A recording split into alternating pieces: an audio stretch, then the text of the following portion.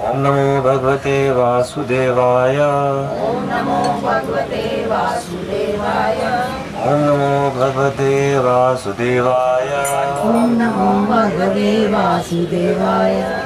ओम नमो भगवते वासुदेवाय। ओम नमो भगवते वासुदेवाय। नारायणं नमस्कृत्यं नारायणं नमस्कृत्यं नरं चैव नरोत्तमं नरं चैव नरोत्तमं देवीं सरस्वतीं व्यासं देवीं सरस्वतीं व्यासं ततो जयमुदीरये। ततो जयमुदीरये। नष्टप्रायेषु भद्रेषु नष्टप्रायेषु अभद्रेषु नित्यं भागवत सेवया नित्यं भागवत सेवया भगवत्युत्तम श्लोके भगवति उत्तम श्लोके भक्तिर्भवति नैष्ठिकी। भक्तिर्भवति नैष्ठिकी। ग्रंथराज भागवतम की। तो स्कंद 4 अध्याय 4 साध्वी सती द्वारा देह त्याग। मैत्रेय उवाच। श्री मैत्रेय मुनि ने कहा। श्री मैत्रेय मुनि ने कहा, एतावत् एतावत् इतना उक्त्वा कहकर कहकर विदुराम विदुराम शांत हो गए। शांत हो गए। शंकर शंकर शिव शिव पत्नी अंगनाशम पत्नी अंगनाशम अपनी पत्नी के शरीर का विनाश अपनी पत्नी के शरीर का विनाश ही चूकी क्योंकि उभयत्र दोनों प्रकार से दोनों प्रकार से चिंतन सोचते हुए सुहृद दिदृक्षु अपने संबंधियों को मिलने हेतु इच्छुक अपने संबंधियों को मिलने परिशंकिता भयभीत भगवान शिव से निष्क्रामती बाहर आती विविशति अंदर जाती विधा तुचित्ती आस थी सा वह। एतावदुक्त्वा विदुराम शंकरः पत्न्यङ्गनाशं युभयत्र चिन्तयन् सुहृद्दिदृक्षुः परिशंकिता भवान् निष्क्रामति निर्विशति द्विदाससा। श्री मैत्रेय मुनि ने कहा, साध्वी सती को असमंजस में पाकर शिव यह कहकर शांत हो गए। साध्वी सती अपने पति के घर में अपने पिता के घर में अपने संबंधियों को देखने हेतु अत्यधिक इच्छुक थी, किंतु साथ ही वह शिव की चेतावनी से भयभीत थी। मन अस्थिर होने से वह हिंडोले की भांति कक्ष से बाहर और अंदर आ जा रही। तात्पर्य, साध्वी सती का मन दुविधा में था कि वह पिता के घर जाए या शिव के आदेश का पालन करे। यह द्वंद्व इतना प्रबल था कि वह कभी कमरे के बाहर आती तो कभी अंदर जाती। उसकी गति घड़ी के लोलक जैसी हो रही थी। सुहृद्दिदृक्षा अपने संबंधियों को मिलने की इच्छा थी। प्रतिघात बाधा दुर्मनः अनमनी होकर स्नेहात स्नेहवश रुदती रोती हुई अश्रुकला आंसुओं की पोतों से अति विह्वला अत्यधिक व्याकुल अवम शिव भवानी सती अप्रतिपूरुषम अद्वितीय रुषा क्रोध से प्रदक्ष्यति भस्म करने इव मानो एक शत देखा जातवे पथु हिलती हुई थर थर कांपती हुई सुहृद्रदीक्षा प्रतिघात दुर्मनः स्नेहाद्रुतभक्त्या शुक्लाति विह्वला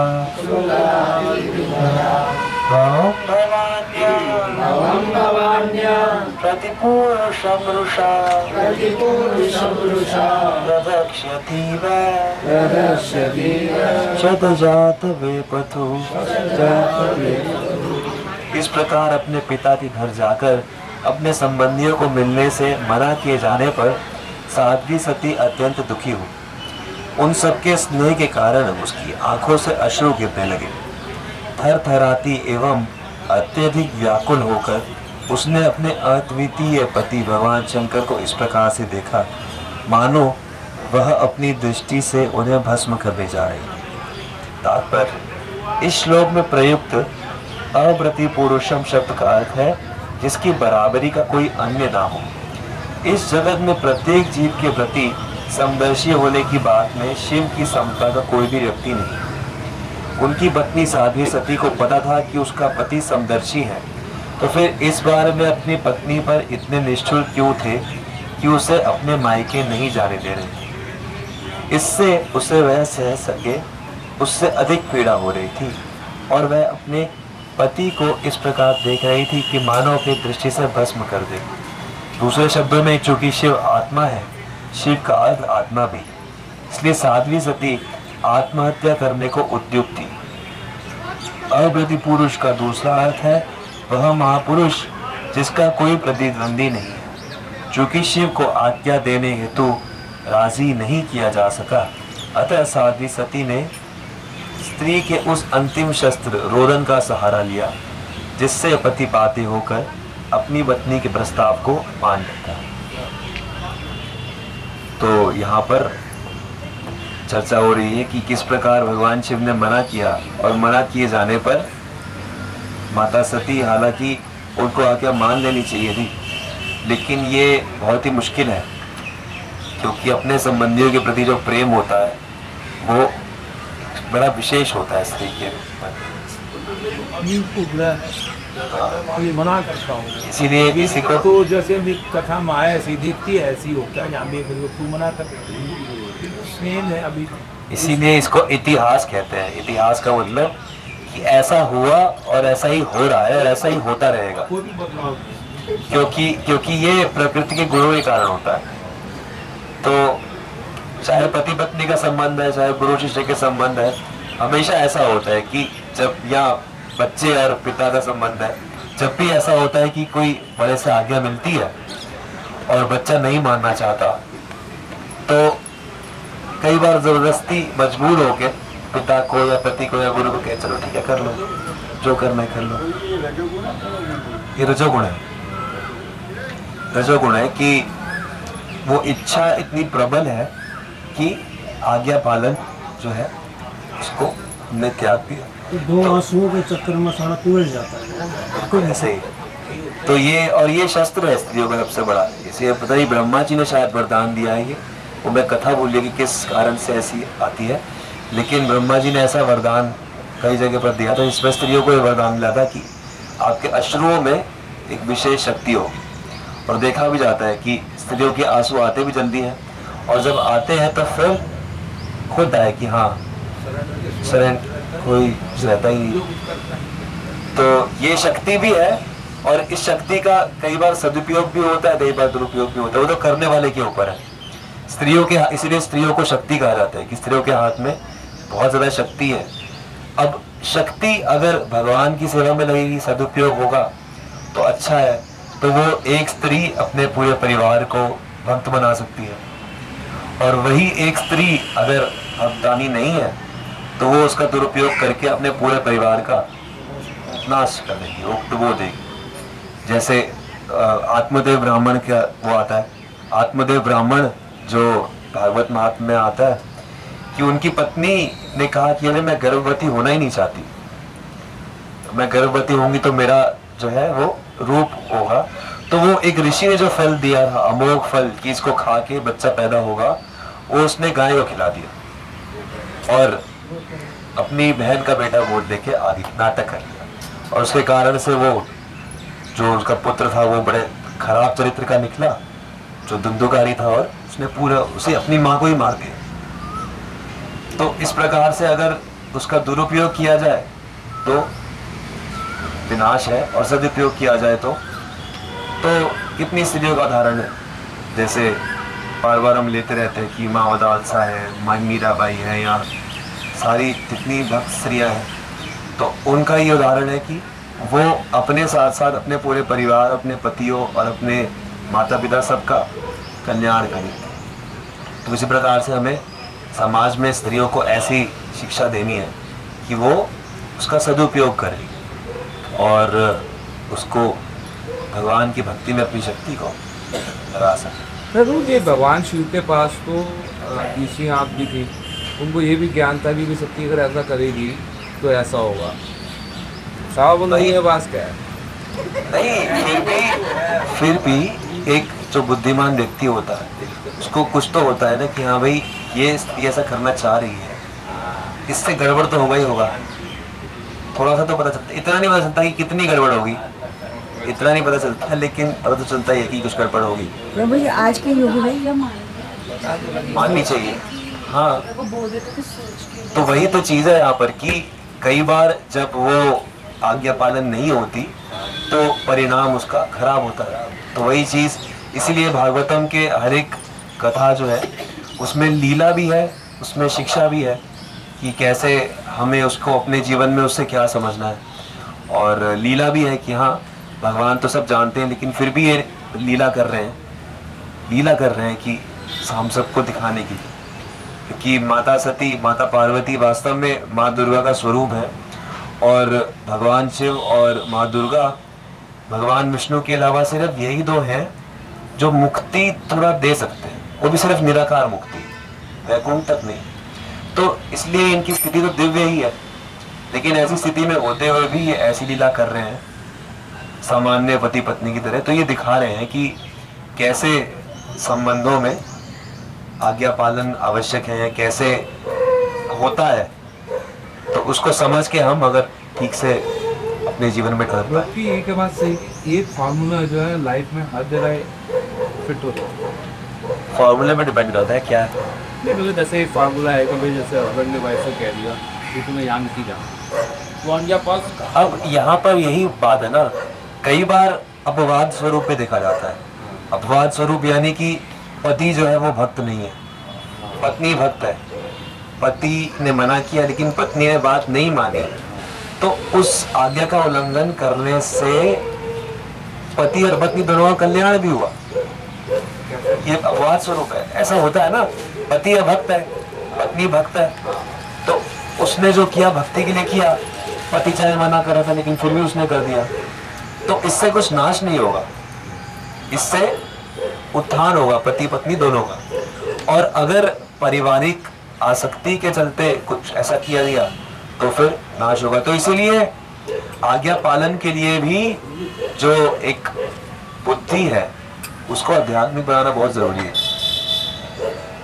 तो इसलिए अब कोई कह दे कि भाई हमेशा ही पति की आज्ञा माननी है, तो गोपियों ने उल्लंघन कर दिया कि नहीं हम तो नहीं मानेंगे, या यज्ञ पत्नियों ने, ब्राह्मणों की पत्नी ने उल्लंघन कर दिया पतियों का, लेकिन उनका कोई नाश नहीं हुआ। तो इसीलिए धर्म को समझना पड़ेगा कि सबसे परम धर्म क्या है, कि भगवान के शरणागत होना है। अब जहां तक, जब तक कोई धर्म आपको भगवान के शरणागत होने में बाधा नहीं दे रहा, तब तक धर्म को पालन करना है। यानी कि पिता, पति, गुरु, बड़ा भाई, बड़े भक्त, जब तक भगवान के शरणागति के अनुकूल कोई आज्ञा दे रहे हैं या इसी भाव से दे रहे हैं कि इसका कल्याण हो, तब तक उस आज्ञा का पालन करना ही करना चाहिए। लेकिन कभी कोई ऐसी आज्ञा हो जो कि आसक्ति के आवेश में आके दी जाए, कि मैं किसी उसमें उस बड़े का कुछ लालच हो और वो आपको भगवान से दूर लेके जा रही है, तो ऐसी कभी किसी आज्ञा का उल्लंघन करना पड़े तो किया जा सकता है। जैसे 4 कुमारों को ब्रह्मा जी ने कहा कि जाओ पुत्र उत्पन्न करो, उन्होंने उल्लंघन कर दिया, तो उसका दोष नहीं लगा, क्योंकि उन्होंने इसलिए उल्लंघन किया कि हम भगवान की भक्ति करना चाहते हैं। या फिर आगे भागवतम में उदाहरण आता है कि वो थे महाराज ययाति के 4 पुत्र थे, तो महाराज ययाति को श्राप से बूढ़ा बना दिया और उनकी इच्छा थी अभी काम भोग करने की। तो उन्होंने कहा कि श्राप का निवारण कैसे होगा। तो शुक्राचार्य ने कहा कि अगर तुम्हारा कोई पुत्र तुम्हें अपनी जवानी दे दे तो ठीक है। तो वो 4 पुत्र के पास गए। पहले पुत्र के पास गए तो वो यदु थे, तो यदु ने मना कर दिया, लेकिन उन्हें कोई दोष नहीं लगा, क्योंकि उन्होंने इसलिए मना किया कि मेरे वंश में आगे चल के भगवान कृष्ण आने वाले हैं, तो इसलिए मैं अभी नहीं दे सकता। बाकी 2 पुत्र थे, उन्होंने मना कर दिया, तो उनको दोष लगा। और 4थे पुत्र पुरु, उन्होंने गलत आज्ञा का भी पालन किया, तो गलत आज्ञा का पालन करने के प्रभाव से पिता को जब बाद में समझ में आया तो पिता ने उन्हें विशेष आशीर्वाद दिया, उनका कल्याण भी हुआ। तो इसलिए बड़ों की कभी गलत आज्ञा मान भी लो तो भी नुकसान नहीं है, लेकिन अगर कभी उल्लंघन करना पड़े तो भगवान की भक्ति के भाव से कभी हो जाए तो उसमें अपराध नहीं है, प्रभु जी, दोष नहीं। जैसे चलो तो शिव और सती ने लीला की थी, लेकिन आज के युग में क्या शिक्षा? अगर यही शिक्षा है, वही तो दे रहे हैं। नहीं, माइके आज वाले के युग बुलाते में हैं, यही नहीं शिक्षा सुन रहे। है कि जो भी जिसके शरणागति में है उसको उसकी बात मानना चाहिए। जैसे जो शिष्य है वो हमेशा गुरु की शरणागति में रहे, जो स्त्रियां हैं वो या तो गुरु की या पिता की या अपने पति की, इनमें से किसी एक की एक विशेष शरणागति में रहे। बच्चे माता पिता की शरणागति में रहे, जिसकी शरणागति में है उसकी बात मानी जाए। और जहाँ पर उल्लंघन का कोई प्रश्न आता है तो वहाँ पर सोचा जाए कि इसका उल्लंघन मैं क्यों करना चाहता हूँ, इसलिए कि मेरा मन कर रहा है या इसलिए कि ये आज्ञा शास्त्र सम्मत नहीं है या ये आज्ञा आसक्ति के वशाभूत है, और मैं उल्लंघन क्यों करना चाहता हूँ, क्योंकि मेरा मन कर रहा है या क्योंकि ये शास्त्र सम्मत है। तो इस तरह सोचकर हमें जीवन रहना चाहिए कि आज्ञा का पालन करते हैं। तेरे भक्त जो है शरीर छोड़ते हैं, किसी कारण से एक भक्त का शरीर नील गाय में चला गया। नील गाय में? हाँ, कभी देखा मैंने। अच्छा। अमरावती अपना द्वारकाधीश मंदिर, और वो गाय मतलब है ढूंढती मतलब है मैं प्रभुपाद जी के मंदिर में जाना है मेरे को। वो पहले तो सेम आगे रही, अपना क्या नाम हनुमान जी के मंदिर में चली है, वहाँ खोल कर देखा कि यहाँ पर कुछ नहीं है बची। तो लोगों ने जैसे उसका कुछ मारा कि थोड़ी बहुत चौक साथ आ गई शरीर पे। वो घूमती अपने द्वारकाधीश से इस्कॉन मंदिर में पहुँची और सीधे मंदिर के अंदर गई। पहले तो प्रभुपाद जी के वहाँ प्रणाम करा, इसके बाद ठाकुर जी के वहाँ द्वारकाधीश को प्रणाम करें। प्रणाम करके देख कर चारों तरफ और गेट के बाहर आकर वहीं गेट के बिल्कुल गेट के चीज कोई ये मैंने डाली हमने ना कोई ये 3 दिन से मैं तो भी नहीं दी। तो ये जब शरीर छोड़ा तो वहाँ के जो वो कहने लगे कि इसके अंदर इतना ज्ञान भी था कि भगवान के आज्ञा अगर मैं शरीर छोड़ूँ तो पवित्र यहाँ पर हो जाएगा स्थान, वो कीर्तन करे बैठते नहीं जाता, तो शरीर भारी चीज है। तो ये कोई जन्मों का मतलब ऐसा चक्कर है जो मतलब उसने भक्ति करी है जो वहाँ पर शरीर छो गया है। यही है, यही समझ में आ रहा है कि जैसे भरत महाराज का उदाहरण हिरण बन गए, तो यही चीज़ है कि उनकी भक्ति थोड़ी सी कुछ रह गई हो। राधा कृष्ण प्राण मोरा जुगल किशी